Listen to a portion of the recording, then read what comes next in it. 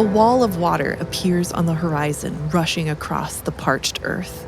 You're standing on a ledge above the flash flood, the result of the first significant rainfall this arid landscape has seen all season. And this flood is especially tragic because caught in the swift-moving muddy current are animals who had just moments earlier gathered at a small pond to take advantage of the rare drinking water.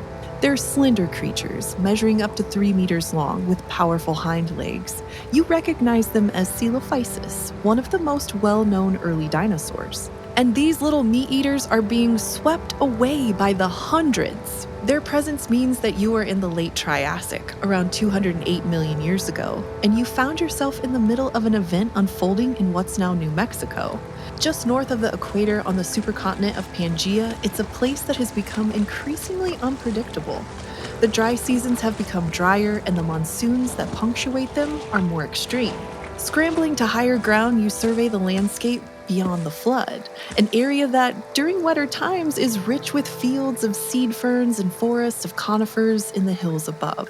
But now, it's a bit of a wasteland. As you walk along, you notice that the air around you is warm and humid. In the distance, you see something darting across the landscape, being chased by a Coelophysis that managed to find itself safely above the flood. Its prey is a long-tailed early crocodile relative called Hesperosuchus, which runs swiftly by, balancing on its impressively long hind legs. The animals at this time look, well, weird to you. They are somewhat familiar but also different, as if you've landed on another planet, and things here are about to get interesting. Far to the southeast, heat has been building up in the mantle beneath the supercontinent for tens of millions of years, causing the crust to fault and ultimately rift. And it's about to blow.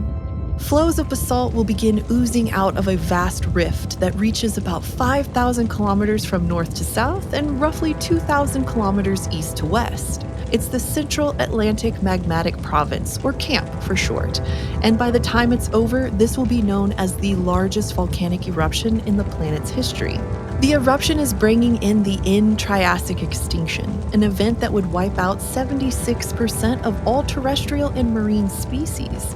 It's the fourth mass extinction the Earth has seen. Climate fluctuations will become more common and extreme, with volcanic winters occasionally causing frigid conditions at the poles. The sky will fill with a haze from distant wildfires, and the carbon dioxide in the atmosphere will increase fourfold, possibly reaching levels 6 times what it is today. Eventually, the continent will break apart at the rift, the Atlantic Ocean forming in its place. Many of the unique creatures that evolved during the Triassic, like Coelophysis, will become increasingly threatened, entire groups of evolutionary experiments in jeopardy. Yet some of these early dinosaurs persist. Ultimately, the extinction will open up the niches that will allow them to rule. But before they can dominate the planet, they must survive the End-Triassic extinction. Can you?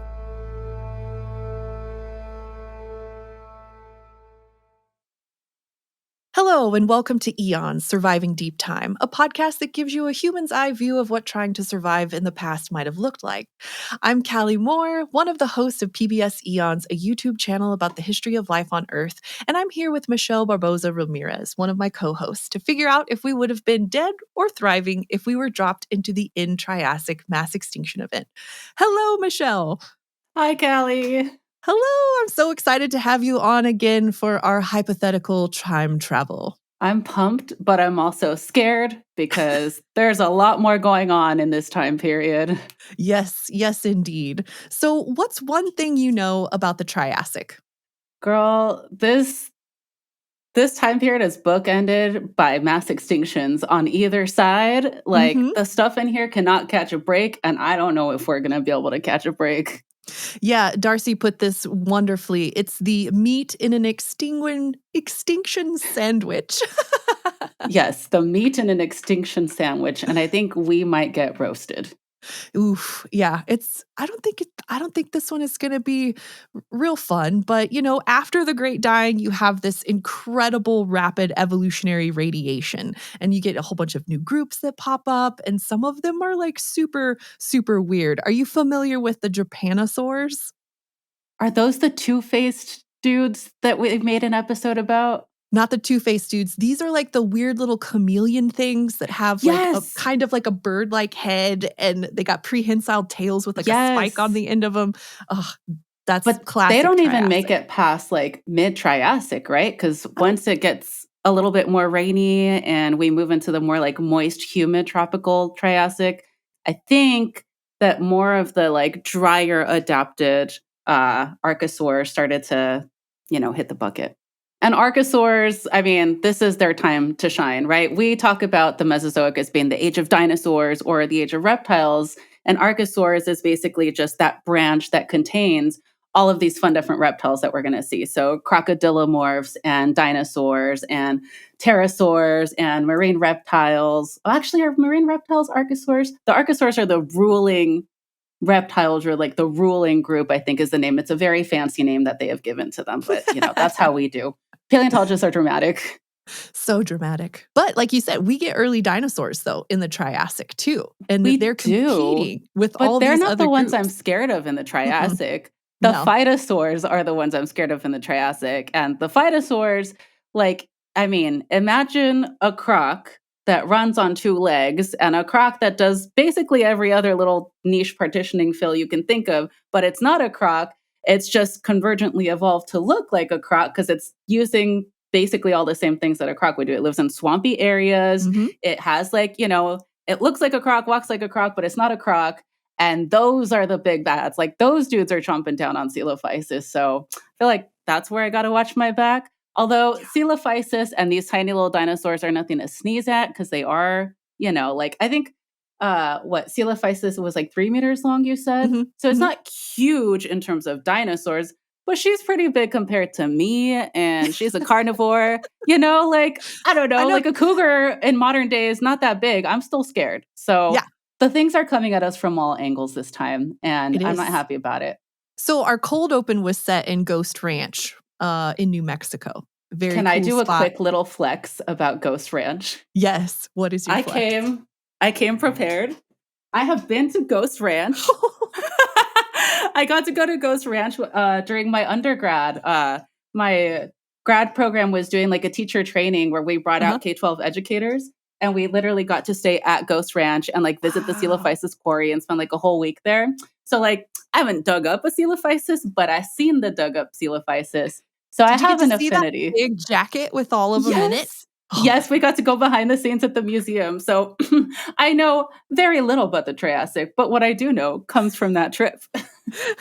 I only know about late Triassic scleractinian coral because that's what my old boss studied, and that's what is 40% of our collection is stony coral from the late Triassic. So cool. Oh my gosh, so many coral. I just went through some today, actually. Oh my goodness.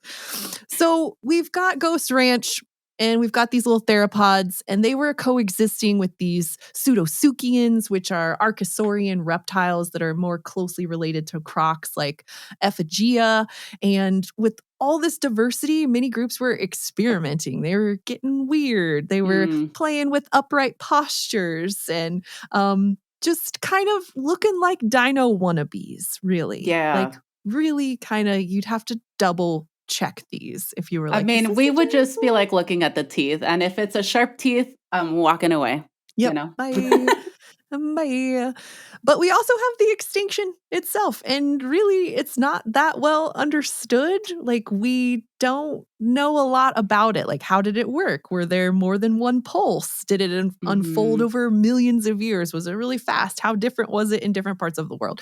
And we just know like a lot of stuff died. So yeah, I think the original idea, or like the older idea that I hear about, is that maybe there was like a meteor crash in the same way that the KPG, which is the extinction that killed all the non-avian dinosaurs, a couple periods later happened, and then they hadn't found anything. But now more what I hear about is camp, like we talked about, which is just flood basalts. And like from the papers that I've read, they estimate that the amount of lava that came out onto our surface was like a third of like the moon's weight or something, which I don't even know how that works.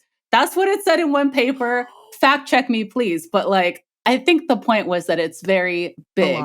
But also, as you said, like this was the rifting that created the Atlantic, which means that like, hey, we live on one side of the Atlantic. We could go see these in person. And after doing the bare minimum of research for this podcast episode, I want to visit, the camp exposures on the East Coast so bad. Yes, agreed. I mean, we won't see fossils in them because they're igneous rocks, but I want to stand at the base of one, look all the way up and be like, damn, that's a lot of lava, and kind of feel the fear. Feel the fear of all of the lava. Yes, I agree with you. I would love to see the camp exposures on the East Coast for sure. So we have some categories for concerns for surviving. Okay. So we've got the planet, climate, air. We've got food and water, animal hazards, and environmental geological hazards. Which one of those is your first priority? Can I breathe? Surviving? Always, can I even breathe? Can I? Because I don't know if we're going in a cute little time machine that we've developed, or we just get snapped into the Triassic. Either way, the first thing, if you can't breathe, the rest of it doesn't matter. So, all right. Well, let's start with the planet, climate, and air. And really, the air is, we can breathe it, but it's pretty gross. So there's tons of greenhouse gases being released into the atmosphere as the result of the camp, And this is causing major warming and a whole bunch of other problems. We've got carbon dioxide being released into the atmosphere, and it increased 3 to 4-fold. So it's going to be hot. Does that sound familiar at all? I know. What's happening? Doesn't sound great is what I'll say. No, does not sound great. It ultimately warmed the planet about 4 degrees Celsius with some transient warming events potentially up to 7 to 9 degrees Celsius. Bro, okay, I'm going to be honest, because when I read scientific papers that say that, I don't know what that means. So I did a little more research, and at least in the last book that I read, which was The Ends of the Earth, that's all about and extinction events and time periods, it said that at the tropics, the water was 104 degrees Fahrenheit. Yes. The water, the ocean. Mm-hmm. And then on land, it got up to 140 degrees Fahrenheit. So water, seawater, that hot. So I'm hoping that our snap does not land us in the tropics because even if we can breathe the bad air, I think we'll just boil and die. So that's also a hazard to watch for. Yeah, really hot. It's going to be really, really hot depending on where we're at. And of course, all of that heat can lead to methane being released, which is another greenhouse gas, which is even worse than CO2, which makes the whole situation worse. We get sulfur dioxide, hydrogen sulfide, and other volatiles released into the atmosphere. Even mercury is in the atmosphere. Oh, we're going to go mad. Okay. Maybe that's for the best. Oh, man. And all that sulfur dioxide reacts to form acid rain, and that soaks into the soils on land, and it forms sulfur aerosols that reflect sunlight and rapidly cool the planet. So not only are we dealing with super hot phases, we're also getting super cold phases. Just pew, pew, great. Pew. The air is pretty gross, but it's breathable, I guess. It's just going to be really nasty, and there's going to be acid rain and hydrogen sulfide and all sorts of gross stuff like that. But chill. We're on Pangaea. So all the continents are assembled into the supercontinent Pangaea, and it reaches north to south. It kind of looks like a big C. And the world overall is getting warm and generally getting warmer, and there's no ice caps, no permanent ice caps at this time. The temperature and the climate vary significantly as you move from the equator to the poles. For example, in the north, in what's now China, there's dense forests of tall conifers, while the equatorial region is more tropical with bands of arid deserts between the more humid belts. There are even ice in some parts of China sporadically. So scientists have reported finding ice-rafted debris, so rocks that were picked up by the ice that formed against coastal land mass that drifts. I didn't realize that there was ice during the Triassic. I don't think I did either. So I knew we didn't have ice caps because Pangaea doesn't reach all the way to either pole, right? It's centered around the middle of our planet. But the fact that there was ice is pretty interesting. I mean, that really goes to show, you were saying it's fluctuating between really hot and really cold because of those cycles. So that makes sense. And like we're saying that the temperature differences from the tropics to as we're going further up in the poles changes, but also from the coastline to like the center of Pangea, Oh, right? yeah. I feel like that's something that I hadn't thought about, but when my professors talked about it when I was an undergrad, I was like, oh my gosh, of course, right? Because you have this coastal influence. Like I live up here in Seattle and it's nice and cool because we get that nice ocean breeze. And like when I lived in LA, you wanted to be right by the coast because it's really hot in the center, even just from like 20 miles apart.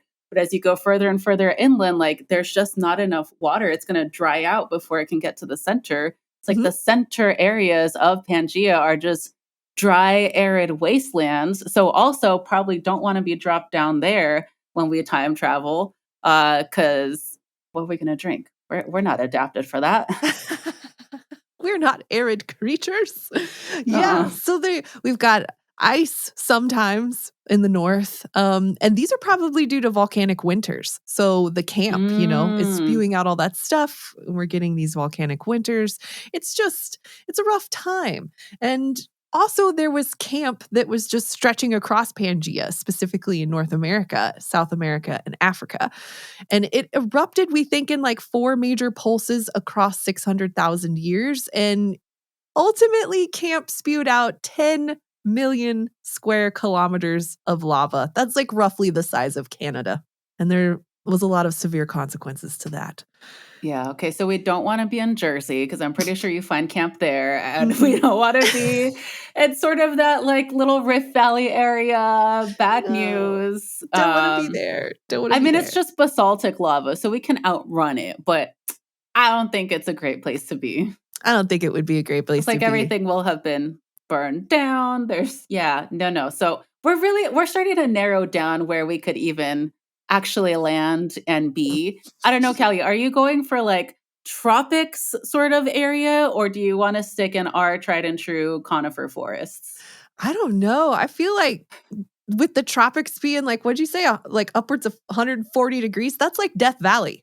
Yeah, I mean, okay, I'm talking about like the edge of the tropics where it's like tropical, but not the actual tropics. Good point. We don't want to be in the tropics, just like the more humidity, I mean, I don't know. I don't think I want to be there. I feel like it's going to be super humid. I did grad school in Florida. I don't need to go back to that life. It's going to be rough. I don't know if there really is a good place. I guess there's less worse places. Less worse. Yeah, that's what we're going for. Okay, so, I will say this. We probably want to be near the ocean because seafood. Now, once again, we're going into have to eat meat again. Goodbye, vegetarian us. Yeah. But I feel like, okay, there's positives with seafood, right? Like the first oysters ever, I think, show up during the Triassic. That's something we still eat. That's great. But then when we get near the edge of the water, we've got some marine reptiles that are starting to show up. So I don't know if that's super safe either. Yeah. So let's talk about food. Let's talk about our food options, and we'll start with seafood since that's what you mentioned. Okay. We got rising sea levels during this time. The oceans are becoming more acidic, and this actually might have contributed to the dramatic extinctions in the ocean, like the eradication of the conodonts. I don't know if we would have really been eating conodonts at this time. They're pretty small. They were I guess they were kind of big back in like the Ordovician, but they dropped in size. So I don't know how good they would be. But like there's all kinds of death happening there. So I don't know if we want to try to find food in the oceans or not. I mean, we have acid rain on land. We've got acid ocean in ocean. So it's all kind of equal at that point, nah? Yeah. But I guess you mentioned marine reptiles too. So we've got ichthyosaurs, and they became massive during the Triassic. So if we think we can like catch a little one, you're thinking, yeah, but you know what a little one is gonna have? It's Big Mama. Yeah. So yeah, I mean, that's gonna be rough. I guess we'll just have to be quick and be quick. Yeah, between the two of us and our opposable thumbs, we might have a bit of an edge. Just a little bit of an edge. Oh, man. Yeah, and the other thing is going to be catching them. We've got some estimates on ichthyosaur speed from a little later, this Jurassic ichthyosaur, but there were ichthyosaurs the same size back in the Triassic, and it was like 1.3 to 1.8 meters per second. It's similar to a modern tuna. Okay. Sorry. Our sound guy today is tuna. So that's exciting. But I don't think I could catch a tuna just like barehanded. No, dang. Well, okay. So if we're thinking about like building tools, though, we do have a lot more to work with this time because there are trees. We have gymnosperms, which are plants that have naked seeds. So, like our modern pine trees, for example, are gymnosperms. And like we've got plant fibers we can work with. We can theoretically build a net and or some sort of like spear thingy because now we have materials for building tools and things to hunt with the tools. Right. So theoretically possible. Do we have the dexterity and skill needed for that? That wasn't the question. The question was in theory. So theoretically, we could be okay. And like, hey, pine nuts. Pine nuts are a delicacy. They're very expensive when I want to make my own pesto. We can paleo pesto. Paleo pesto, except that we won't have basil. So we'll have to find a basil alternative, maybe. Yeah. We don't have flowering plants yet. So there's no fruit. Nope. No fruit. I don't think we have veggies yet. Yeah. We're just eating nuts. No berries, just nuts. Just nuts. Just seeds. That's it. Yep. So we got the ichthyosaurs. Oh, ferns exist. We got ferns. Yep. We Some definitely ferns have are edible. ferns. Yeah. So ferns we have to be careful with because one, they're exceptionally low nutritional values, and the other is that they can be really toxic. So I hope you have learned how to process ferns to be edible. I have. Good. I have. Good. Yes, Good. Since moving to the Pacific Northwest, I've learned some fern processing. Oh, you know what else would be around? Ginkgos. These are the early ginkgos, but at least what I know from modern ginkgos today, they're fruits, very smelly, and the outer flesh can cause you to have rashes. But if you peel it and eat the inside, again, I don't know if there's very high nutritional value or anything, but you can eat it. So I think you have to eat them in like small quantities, and they have to be prepped in a very, very specific way because they also are a little toxic. But it's like a snack. Like you're not going to make a meal out of ginkgo seeds. You'll have a snack of them and maybe wait a couple of days before. Basically, every plant that I looked up from this time period that still exists today had that. It was like, yeah, you can eat it. Just don't eat too much because either like diarrhea or vomiting or all these things where like we have to be very delicacy, special occasion things. Like there's horsetails back then, still around today. You can eat the fresh shoots. But don't eat too many because, And don't eat them when they're too old or in their second coming or whatever, because you have the fresh shoots and then you have like the adult shoots or whatever, and you can't eat the adults, but you can eat the little ones. And oh my gosh, there's not a lot of room for experimenting back then. I guess luckily we do know of a lot of them, so we know what we're getting into. Like with cycads, like you've got them, but they're also poisonous. Okay. So I'm trying hard to be able to stick to plants, and it doesn't seem like it's working. Yeah, it's going to be rough. The plants are going to be rough. We've got them. They're all going to be in small quantities, and we have to make sure that we prep them correctly so we can eat them safely. But these greenhouse gases are warming the leaf temperatures, and this perhaps contributes to the 95% species level turnover of the megaflora at this time. Yeah. Oof. So basically, you've got stomata, the little bean-shaped pores on the leaves, and those take in the carbon dioxide and expel oxygen. And this allows them to, deal with the sugars to make their photosynthesis and all that good stuff. But when they're open, these pores allow water to escape, and that cools the leaves down the way that sweating cools us down, but there's definitely a trade-off here. So they can just like dry out basically, right? Right. So like, because otherwise you would think, let me just poke more little holes in my little body so I can breathe in all the air, but then all the air can dry you out. So exactly. There. So you've got that trade-off. So it actually can get too hot for leaves. Poor babies. Poor babies. They are not going to fare very well here. Oh, boy. And that's part of how we understand that CO2 levels got so high in the Triassic, because we can look at the stomata in the leaves, and as you go further and further into the Triassic, there's less and less stomata because there's more CO2, right? Plants love to breathe in that CO2, and they're like, hey, I barely have to take a breath, and I already have that level of CO2 I need. Great. Except, then it was too much CO2. So down stomata, up CO2, and then everything dies. A classic tale. Classic tale. Oh my gosh. So we've got a bunch of death in the oceans. We've got marine reptiles that we might be able to spear or net or do something with. We've got to be really careful about the plants, but we also have terrestrial meat that we can try to get. Yeah, because we've got like all reptiles in every shape and every size. But just like with the plants, we got to be really careful because reptiles have diseases and pathogenic bacterias and all sorts of nasty stuff. But do you think our bodies as humans that don't evolve till 200 million years later are so different that those diseases would even know what to do with us? I mean, there are early relatives of mammals on the scene. So I feel like our lineage is getting there. We got caught. Yeah, we got to cook everything to well done. It needs to be crispy. Well, and this time we actually can make fires because there are plants to burn, unlike when we were in the Cambrian. So that's good.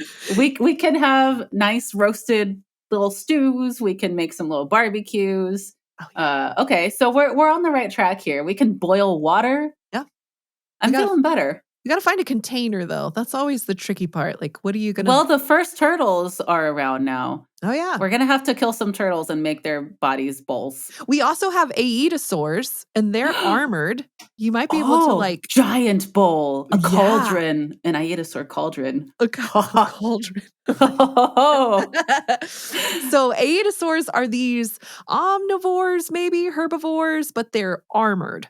And they kind of have upturned snouts. They're actually really cute. And they're really cute. Giant shoulder spikes and small heads. It feels like a lot of things. Wait a second, Callie. Okay, because again, my fear here is we're on land. There's a lot of things that can eat us. Are we going to use Aedosaur spikes and stuff to build Mad Max style armor to protect ourselves? 100%. Craft time is back, baby. Craft time is back. Yes, I want Aedosaur shoulder spike. Yes. Armor. Yes. Oh my God. We're going to look so good. You will not want to mess with us in the late Triassic. We're going to hold our own. We may be small, but we're going to be spiky because you know what? That's an evolutionary tactic that works. I'm starting to feel a lot better about our chances of survival. It's not too bad. Yeah. I don't know about thriving, but surviving? Yes. I think so. I think so too. Yep. Because we do have mammals. We've got early relatives of mammals are there. They're all small and they're probably nocturnal, like Morganucodon, which is one of my favorite names in the fossil record. I love it. It just comes Morganucodon. It has a nice Morganucodon. It's got a nice little rhythm. What does that look like? It's like a shrew looking creature. It's only about 4 inches long, so it wouldn't even really be a snack. It'd be like it'd be seasoning. Put a little Morganucodon on my Aedosaur. Yum. We can make little skewers, Oh, yeah. Kebabs. Got kebabs. We've got kebabs. Yes. We've also got large Dicynodonts like Lysowicea. If we can take it down, I don't know if we'd be able to do it. It's almost the size of a modern elephant. It'll be tough. Yeah. It's about 4.5 meters long, 2.6 meters tall at the hips, and it weighs 5 to 7 metric tons. So that might be a little out of our range. I mean, I don't know. Also, since it's a Dicynodont, it's not a mammal. It's not a reptile. It's a secret third thing, a synapsid. Lovely, lovely little synapsid. Proto-mammals. Do you think if we keep an eye on what the herbivorous proto-mammals are eating, and test those out at small scales. Yeah. Like, maybe that's what we can eat, because we don't know what else is edible. There's so many extinct plants that we're like, I don't know who you are, but like, maybe we follow those little dudes and take some of the nibbles that they're taking. I think so too. I think that's a great idea, is to see what the herbivores are eating, because we do have herbivores. Using that human brain right now. Yeah. Haha. I have a brain and I have thumbs. I'm unstoppable now. If we move away from the equator, we might be able to get some prosauropod stuff. I know, early sauropods, so the long neck, long-tailed dinosaurs in South America and South Africa. They were also starting to trend towards large body size, though, so they would have been really big, but right now it was like 10 tons. Okay, but here's another idea. Okay. My understanding, at least for most of the ones that I've seen, they live together like in communities, right? Like herds. And just like modern herd animals, when a predator comes, they protect the herd, right? Like they're able to fight them off. What if we get adopted by some protosauropods and get to live in their little nests or nearby? And when like a Rherosaurus or some big scary dinosaur comes by, we're like, hey, bodyguard, can you go deal with that, please? Deal with this, please. Look, we don't got to reinvent the wheel. We just got to take advantage of the animals that are already surviving, is what I'm saying. Maybe they would. Maybe they wouldn't see us as a threat or anything. I haven't seen anything like that tiny little thing. Yeah, we're so small and cute. We're so small and cute. Yeah, maybe people would like our big forward-facing eyes and flat heads. We would look so gross to them, I bet. Oh, I bet. I bet we would look just hideous. So ugly, we're cute, maybe. Maybe we would be so different that we'd like come full circle back to cute. Yeah. Hopefully. We'll come in peace bringing offerings. But, okay, there's one more thing we haven't talked about, because we talked about water trouble. But we haven't talked about sky trouble. Sky trouble? Pterosaurs are around in the Triassic. And it's not like the kind that people imagine, like when they think of like a pterodon. It's the like ugly ones, the basal forms. I'm sorry, they're kind of ugly, but they're really scary looking. They look like if a T-Rex was on wings and the proportions aren't right. Yeah, and they got that little diamond on their tail, which I think is super cute. The long tails is cool. I will say that. That is cool. But like if that thing comes after us, I don't know, man. Oh man. Yeah. Well, so for food and water though, we've seemed to be doing okay, at least. Everything is toxic, so we got to be careful and cook everything well and cook it right. And there is water depending on where we are and when we are. So if we're in the dry season, maybe not so much water, but if we're there in the wet season, we'll have plenty of water. We've got lots of different types of meat, both on land and in the water, if we want to deal with it. Fresh water during acid rain, you might get like toxic algal blooms. So, if anything looks soupy and green or stinky and nasty, don't touch it. Don't drink it. But let's move into the animal hazards, because I think you're right. Pterosaurs, that's kind of scary. They weren't that big though. I don't know if like we would be like something that they would mess with. Like, are we big enough that these little pterosaurs would just be like, meh. Fair. But maybe we could get a big stick and just like knock one out of the sky, baseball style, and eat it. Like scrambled pterosaur eggs, maybe? Ooh, yeah. Then we would make them mad, but would it be worth it? That's our delicacy. I wonder if they're like nesting like seabirds. So you have like a whole bunch, like a huge colony that you can just go to and just be like, take all the eggs. Well, not all the eggs. Now we're getting somewhere. Leave some eggs. Yeah, no, because then we are the cause of their extinction, Callie. Right. Yes. We don't want to wipe out. They're going to change the course of history.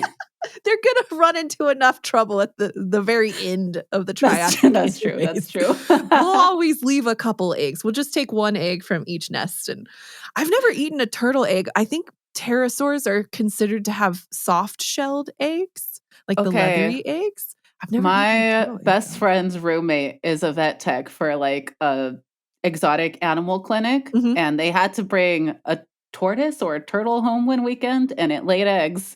And they tasted the eggs. They made a scrambled eggs out of the tortoise eggs.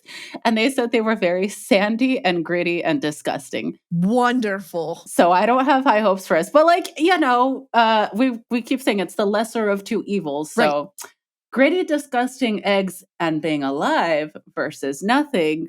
Yeah, I'd do it. I'd deal with it. I'd deal with it. I don't think it's going to taste very good. I don't have high hopes. But I also don't think, unless they like gang up on us, I don't think we'll have to worry about them either. Like, and the only reason they'll gang up on us is because we're stealing their eggs. Because we're stealing the eggs. Maybe we're going to have to go at night missions to steal eggs or something.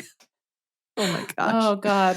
Speaking of ganging up on us, what about the Coelophysis? Like, we're probably a little bit too big for them to be like, yes, you are a meal. But like, I always think of like, what is it? JP2, Jurassic Park 2 with the Compsognathids. They're much smaller. They're much smaller. I had the same thought. Yep. I had the same thought. Well, okay, my first thought was like, Coelophysis, man, they're not even that big. And then I was like, hold your horses, MB.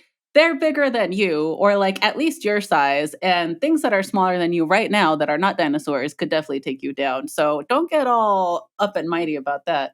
Also, so I feel like cautious respect between us and the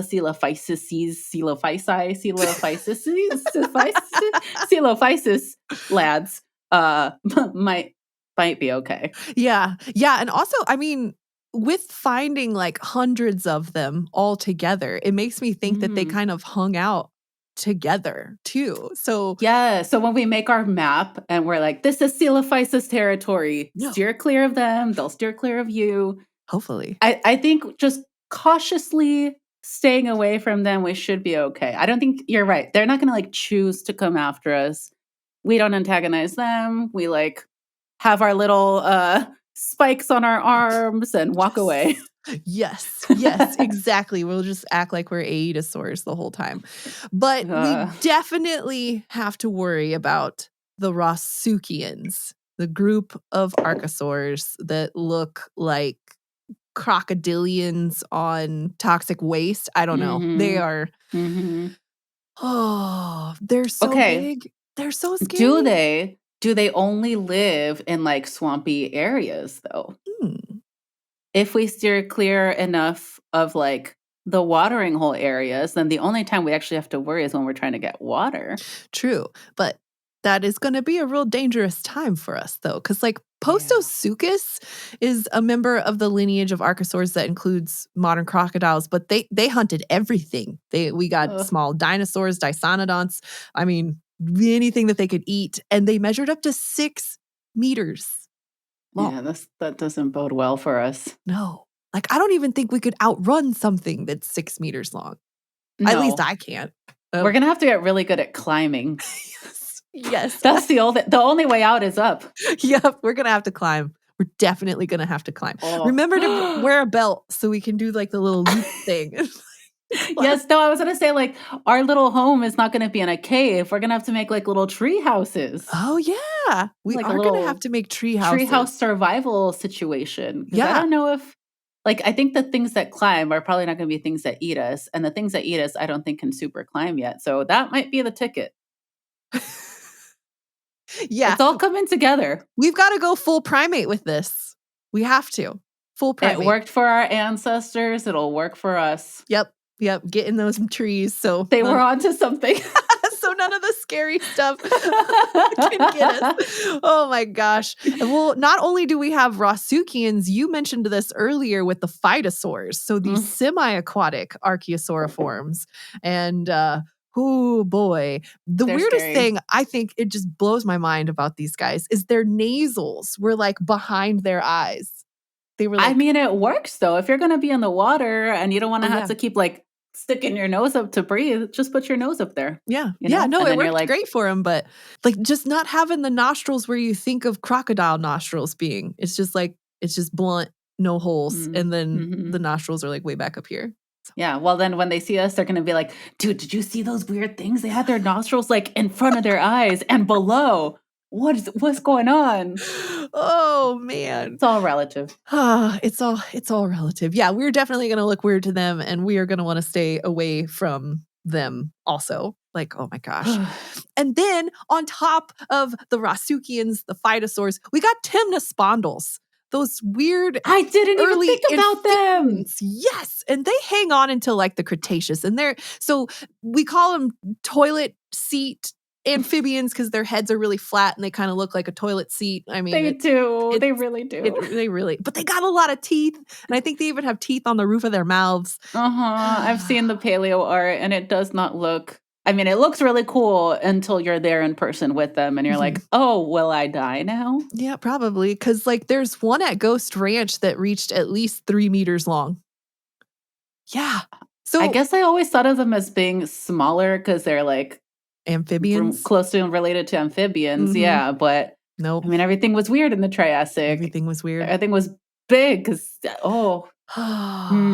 yeah. But do you think they're fast? Do we know how fast they are? I don't know if we know how fast they were. I can't imagine them being like big, chonky salamanders being super quick or anything. Yeah. Like the giant Chinese salamanders. I don't think they're very quick either. But in my head, they're kind of slow and lumbery. But I feel like they have a quick like a sprint, like just a like ambush predator. Honestly, that's all it takes, though. I can't sprint, so I'm dead. We're gonna have to be really careful getting water, or we're gonna have to figure out a different source of water than like freshwater ponds or. We're going to kill another Aaditya, sorry boy, and then we're going to gather water in there when it rains. It's going to be acidic water, but like we won't get, I don't know. It's, yeah. We're gonna be on a tree next to the water. We're gonna lower down a little rope with a bucket made of a turtle shell. Oh, and just dip it in. Yeah. And then bring it back up to us in the tree. Like pulley system. Yeah. Yep. We're gonna just like full on Ewok it. We're just gonna have all of our little bridges connecting trees, and it's gonna be great. Kind of gonna be a vibe, honestly. Living in the trees of the Triassic. Holy smokes. Well, all right. We've got gross air, but it's breathable. We've got volcanic eruptions that are completely throwing our climate in disarray. So we've either got monsoons or droughts or ice or freezing or hot or lava. We've got boiling oceans in Death Valley on land. Oh my gosh. So that's gonna suck. But there is stuff to eat, though, if we do it right. If we do it right, there are definitely animal hazards. I think the last thing we got to worry about is environmental hazards. I mean, you just kind of listed off a bunch of them. I know, but there's more, though. So there's fires. Beyond the acid rain, the monsoons, the Death Valley on land, the boiling water? Yep. What else are you about to throw at me? Fire. Because this is all being fueled by the warming climate and the drying climate. So we'll have to keep our noses open for smoke and things like that. Also, like we described in the cold open at Ghost Ranch, flash flooding events. Okay, but we're living in the trees. We are living in the Once trees. again, points for the little Ewok village. Yes. Yes. You know. But we are going to have to come down, though. So we'll just have to be really careful, not go into any like slot canyons and try to stay to high points and listen for distant rumblings and things like that. And it's going to be pretty tough. And then, of course, you know, when we're not dealing with the hot and dry climate, but we've also got like volcanic winters from the camp eruptions. And that's just another huge bummer. But there's nothing with fur yet that we can kill to make ourselves like a fun little like winter outfit. But there's feathers. There's feathers. Feathers had evolved by the Triassic? Yes, we think that might have been one of the reasons why dinosaurs survived, is because they when had the feathers. other archosaurs didn't. Yeah, so that makes so much sense. Oh my gosh! And it's like the little down feathers too, because those are like the proto feathers, from my understanding. So that's warm. Oh yeah, yes. So we're gonna have spikes with all these weird like. Girl, we're gonna make down feather pillows. We're gonna have down feather comforters. This is getting more and more relaxing vacation-y. I'm liking this a lot now. Living in the trees with our shoulder spikes, with our down insulation. Yeah. Okay.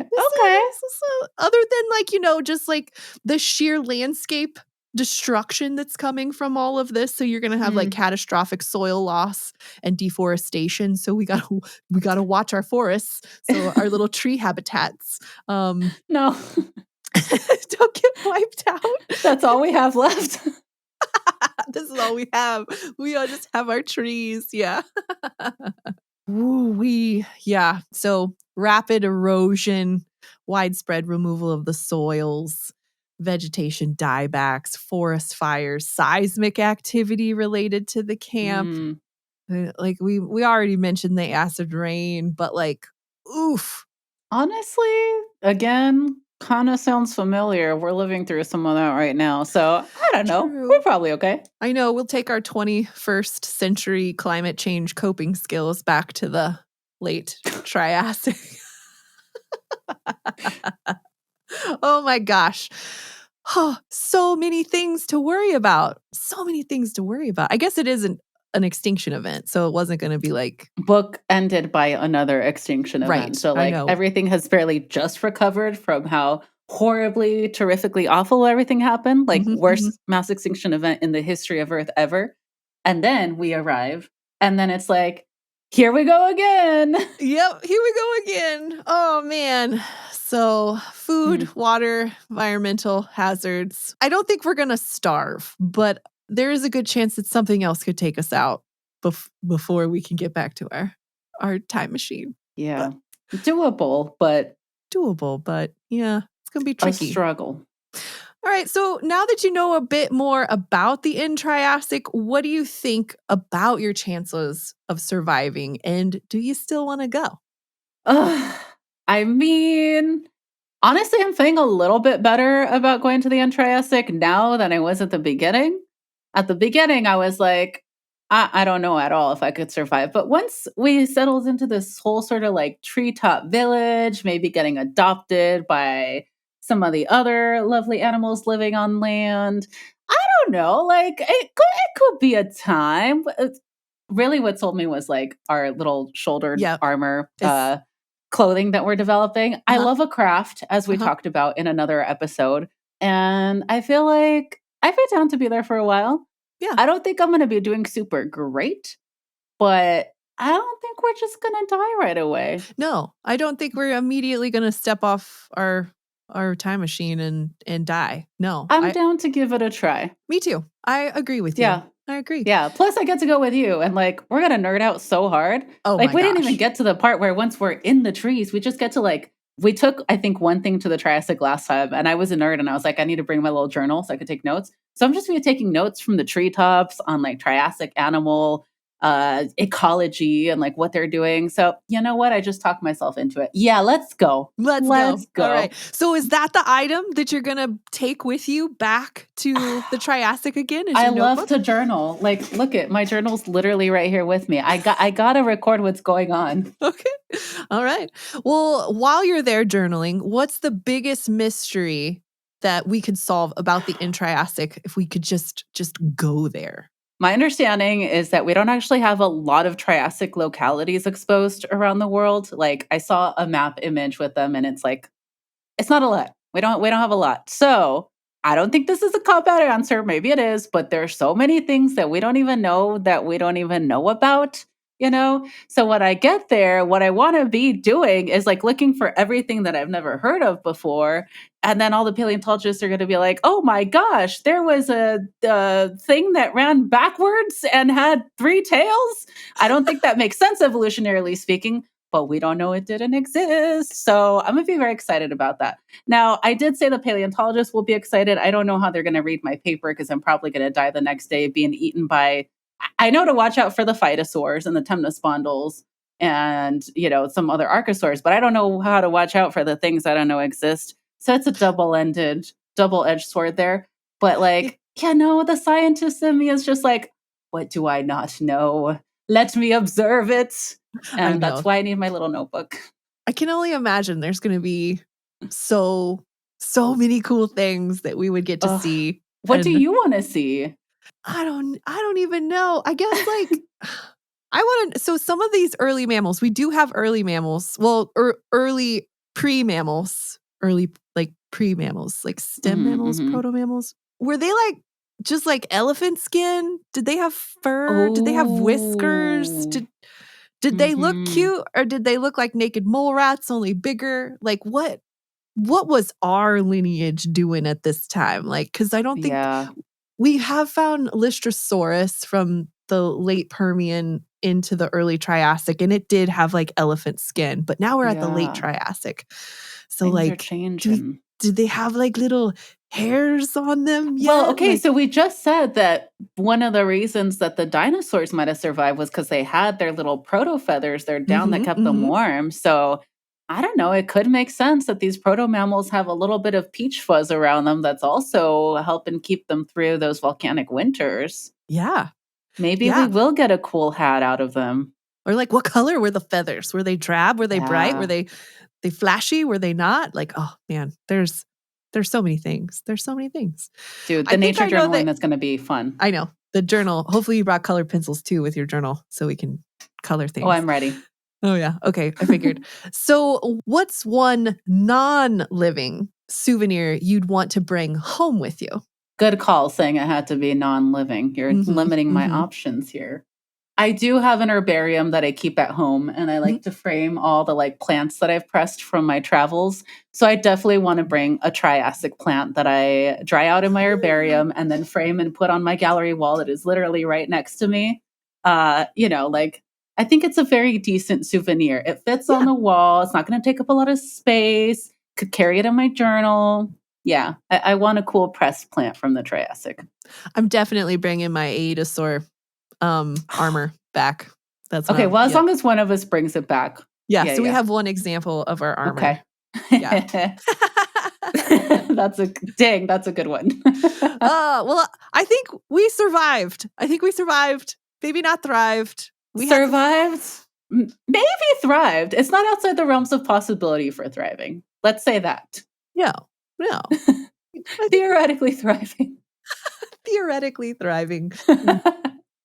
Before or during the start of a giant volcanic eruption-based extinction event. Look, for it being basically a post-apocalyptic wasteland that starts at an end mass extinction and ends at an end mass extinction, I say we're doing pretty good. Pretty good. All things considered. Yeah. Well, thanks for coming with me on this theoretical time travel. Oh, thanks for having me. What a joy. What a joy. And I'll see you next time. Later, Callie. You leaned on your wit and ability to navigate a changing climate and get you through the fourth mass extinction, but you found that it was an incredibly trying time to be alive. While the extinction unfolded slowly, the massive swings in seasons left you freezing at times and overheating at others. The air felt too choked with gases, and your modern reliance on flowering plants left you unprepared to forage here in the face of all these ferns. When the dust settles at the end of the Triassic extinction, the world is a different place. Lucky for us, the first mammals who appeared in the late Triassic make it through. Because while they are small and seemingly insignificant now, their persistence will matter after the next mass extinction. But overall, the incredible diversity of the Triassic has ended. Hesperosuchus and many other archosaurs don't persist into the Jurassic. Only dinosaurs, pterosaurs, and crocodiles survive from this once diverse group. And from this reduction of diversity comes opportunity. For dinosaurs, it has been a formative transition. Some dinosaurian groups come through the event relatively unscathed, and those niches that had previously been occupied by non-dinosaurian archosaurs become voids for dinosaurs to move in and take over. For Coelophysis, it's too late, but their theropod relatives go on to exploit these voids, evolving into species including the massive tyrannosaurs. With the Triassic's end, it's time for the dinosaurs' heyday.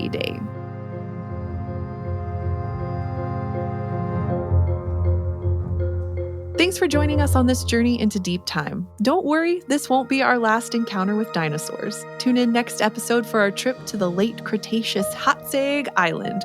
And in the meantime, you can find us telling more stories from our planet's past over at youtube.com/eons. This episode was written by Dr. Paige Madison, fact-checked by me, Callie Moore, and hosted by me and Michelle Barboza Ramirez. It was edited by Chris and Kiko.